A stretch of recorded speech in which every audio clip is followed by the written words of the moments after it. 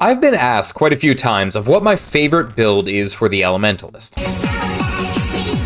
And even though I've had experience with all the elite specs and the core, there is one single build that I always come back to, and it is my Hammer Catalyst build. Now, mainly nowadays I use it in open world, where essentially I'm able to take down anything I run across, and that also includes Heart of Thorne champion level mobs. Let me show you how to play this unstoppable Catalyst build. First, let's go ahead and talk about the Jade Sphere. So understanding the profession mechanic for the Catalyst is crucial to its success. The Jade Sphere allows the Catalyst to combo within that field. When the Catalyst uses any finisher, so projectiles, blasts, whirls, or leaps, it always generates an aura depending on the attunement that you are in. Fire attunement creates the fire aura, which burns enemies and grants you might when struck. Water attunement creates a frost aura, which reduces incoming damage and chills enemies who are attacking you. Air attunement creates a shocking aura that stuns nearby enemies when they are attacking you. And lastly, earth attunement creates a magnetic aura that reflects projectiles back towards enemies. The Jade Sphere allows you to summon combo fields for you to utilize when you are going through your rotation. This also plays into your traits, which I will discuss later. The Jade Sphere also functions on an energy system, which as you use abilities, you generate energy to utilize with the Jade Sphere. Ideally, these can be used situationally because of the auras that are generated or the affects that you are looking to create. For example, utilizing the Fire Hammer ability Molten End in a combo field grants area might on top of the might stacks that the ability already generates, which allows you to easily get to 20 plus stacks of might. Of course, if it is going to be my Catalyst build, then you know damn well that it's going to include a hammer. The main reason I love the hammer here is because of the extra effects that the circulars play into the kit itself. There's great healing, on-demand defenses, great crowd control, and massive burst. I mean, seriously, what more could you want? Because the hammer is incredibly versatile, this opens up some options for our skill choices, which again, I will cover later. The use of the hammer really boils down to what you need at any given moment. But generally speaking, you should be utilizing fire when you need damage, air when you need crowd control, water when you need healing and cleansing, and earth when you need defenses. In the open world, we run these skills here. Technically, they tend to lean more towards the defensive route, but I have found that they provide everything that you would need to complement your kit. I use Soothing Water here as it does fantastic healing plus the condition cleansing, and then also using it within a water Jade Sphere reduces the cooldown significantly. If you're so inclined and think that you can handle any conditions that you might run against, you can also utilize Signet of Restoration for the passive healing. I like Lightning Flash here as it is a great teleport to get you out of danger, however do note that it does not break stuns. If you'd rather to have a stun break, you can go with Armor of the Earth as this grants you quite a bit of stability and protection, and this also plays into your trait Bountiful Power, which I again will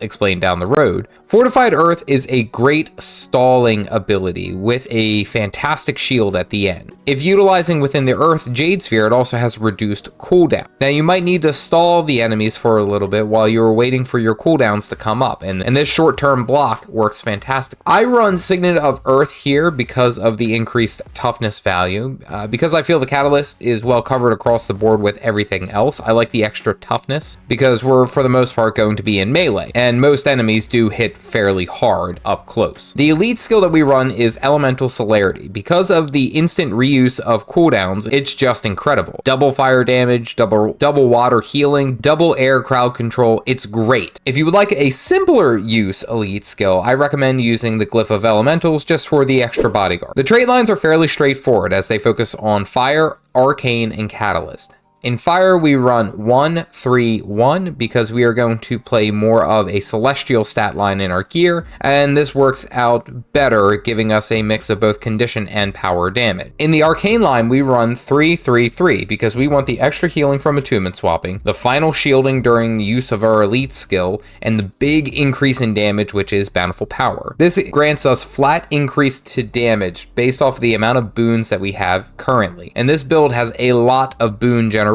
Between the might from swapping attunements to regeneration to vigor, protection, fury, we have quite a bit rolling. not to mention the boons that we received from our Jade Sphere as well. The Catalyst line, we run 2-2-2. This is to maximize the amount of elemental empowerment stacks that we get. Elemental empowerment gives us stacking increases to all attributes up to 10. We get some from dodge rolling enemies and some from crowd controlling enemies, of course, but the main way that we're going to generate elemental empowerment is through aura generation, which is the mainstay of this profession. This culminates into our last line, Empowered Empowerment, which doubles the attribute bonus that we get when we are at 10 stacks of elemental empowerment. You become an unstoppable beast. Now with gear, there's very little surprise here as we run the celestial stat lines. The reason being is that overall increasing all stats may be the very best thing for elementalists, literally across the board. And because we have a mix of condition damage as well as strike damage, it ends up being our best bet. Now for our non-armor stat pieces, you can run more of an offensive route, either going berserkers if you want more strike damage or vipers if you want more condition damage. This can be complemented, of course, by using either divinity runes for the flat overall increase to all attributes, plus the extra HP is nice,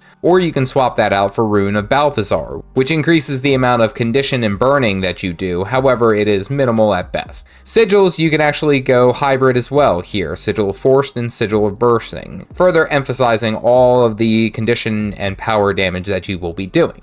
If you've made it this far, make sure to like and subscribe for hammer smashing fun! The main playstyle of the Catalyst is to cycle through the attunements as the needs arise. Ironically, it is very similar to my PvP rotation. I start in air, pop Crescent Wind and Hurricane of Pain on the enemy, and then Windstorm and follow up with an immediate Shock Blast. This is because we are trying to generate some energy to drop in Fire Jade Sphere. The Fire Jade Sphere generates might, but also gives us stacking damage thanks to our Grand Master trait in Fire, Persisting Flame, which is a flat percentage increase stacking up to 10 times. Swap over to Fire Attunement, then use Fire Jade Sphere, Flame Wheel, Triple Seer, Molten End, and then Surging Flames. Most mobs will be toast at this point. If any of them are still alive, I go into Earth Attunement using Rocky Loop, Immutable Earth if I know that the enemy is about to strike me. This generates an aura as well as it grants a decent barrier.